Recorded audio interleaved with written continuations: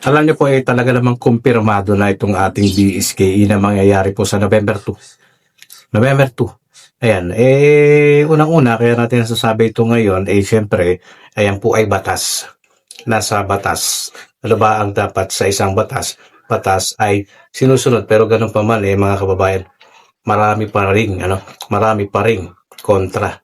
Marami pa ring ayaw or marami pa ring pumapabor na sana daw ang BSKE ay ma-move. Tapos karamihan sa mga comment section dyan, nakikita ko dyan, ay dapat daw ang BSKE ay sa 2029. No, unang-una bakit? Bakit gusto ninyong ma-move ng ma-move? Yun po ang nakakapagtaka doon eh. Karamihan nagka-comment nun. Mga barangay officials. No, unang-una po, meron ng batas. Ayan, meron ng batas. Meron pa nga nag-comment bakit daw sinabi ko na maaaring matuloy ang BSKE nung last year, December 1. No, BSKE December 1, 2025. Natural, ang umiiral pa pong batas noon na sinasabi yung Supreme Court ruling ay December 1. So, yun ang susundin. Nga lang, meron ng nilulutong bagong batas, yung RA 12232 na ngayon, na umiiral na ngayon. So, kapag meron ng batas, yun na po ang susundin. So, sa ngayon, wala pong ibang batas or walang ibang panukalang batas para i-postpone ito. Wala. No, zero. So, yun na po ang pinatutupad Yun na po ang nangyayari sa ngayon kumpirmado na rin ng Chairman Garcia sa COMELEC, no, na binabanggit niya na magkakaroon tayo ng BSKE sa November 2. No?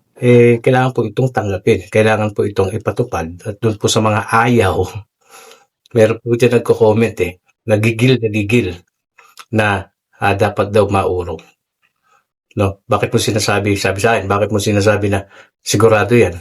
No? Bakit hindi ko sasabihin na hindi ito sigurado? Ito po yung nasa batas.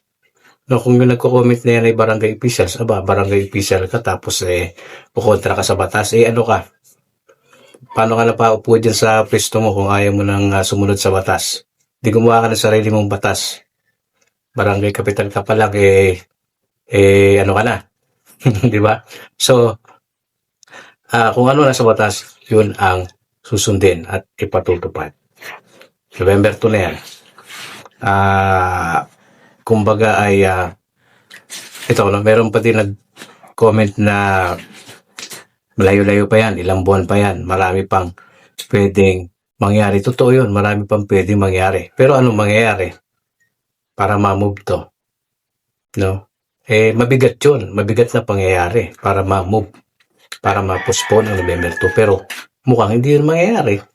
Dahil ayaw naman natin na mayroong mangyari para kayo ba nagdadasal na sana magkaroon ng gera, magkaroon ng malaking bagyo para yung BSKE mapuspon? Anong klase kayong mamamayan kapag yun ang inyong iisipin para lang mapuspon?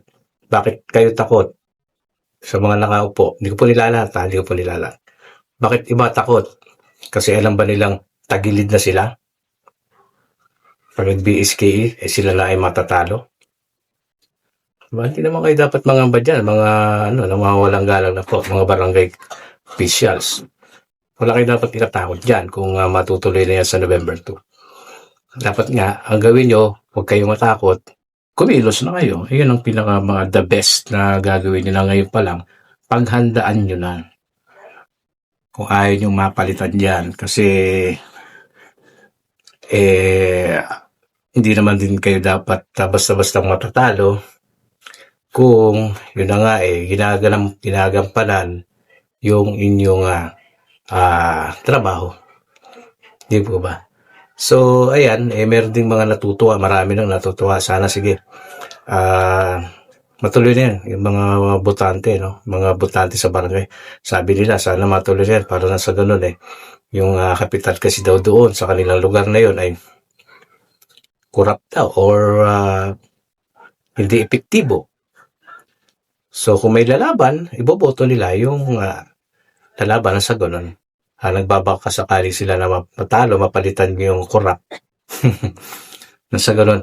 maging maganda ang takbo ng kanilang mga barangay. Kaya marami po gustong-gustong nang bumoto at na hindi na po mapopospone. Sa ngayon, huwag po kayong mag-alala dahil wala naman po mga panukala na muli kasi mukhang hindi na kasi yan na po yung term setting bill yan na po yung tuldok yan na yun hindi basta-basta mapopospone na pinalawig pa, di ba? 4 years ang inyong tenure, 3 terms. 4 years, 3 terms. Alright. Sa SK, isang 4 years lang yun.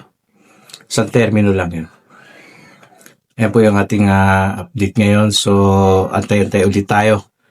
Mga sariwang mga pinaka-update. Ang pinakasariwa dyan, konfirmado, November 2, 2026 na po talaga ang BSKE at syempre walang dapat ipangamba na baka mapospon, wala po dahil yan po ay batas. Okay? So, comment kayo dyan ulit. Ayan, yung nagko-comment na gigil na gustong-gusto mong mapospon, no? Anong dahilan mo? Bakit gustong-gusto mong mapospon ang BSKE? Parang ang may topak sa ulo. So, pa-subscribe sa mga bago. Padalang sa ating channel. Sa mga dati na nanonood, thank you. Maraming salamat. God bless.